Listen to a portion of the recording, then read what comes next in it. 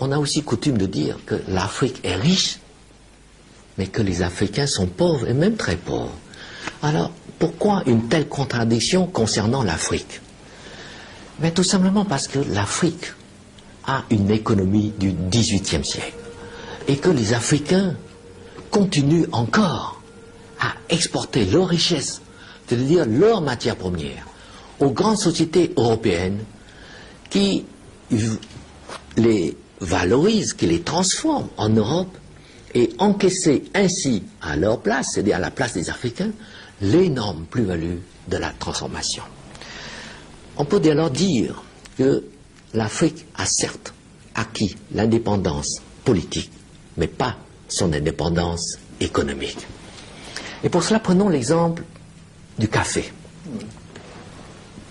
Vous savez que le cours du café vert, fixé à Londres, a baissé de 80% en 8 ans. Alors vous savez aussi qu'aucune entreprise au monde ne peut supporter une telle baisse de prix sans tomber en faillite. Or, c'est ce qui se passe en Côte d'Ivoire et en Afrique.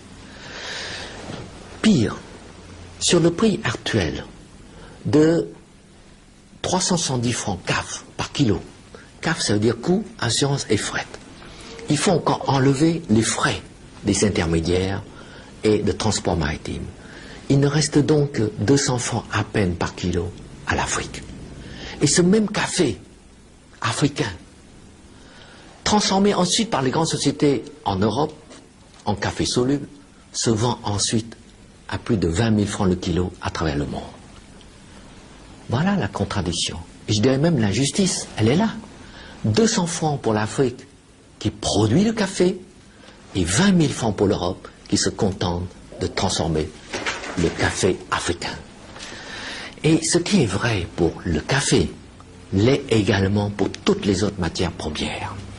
Et tant que l'Afrique n'a pas compris cela, eh bien les Africains resteront pauvres, pour ne pas dire misérables.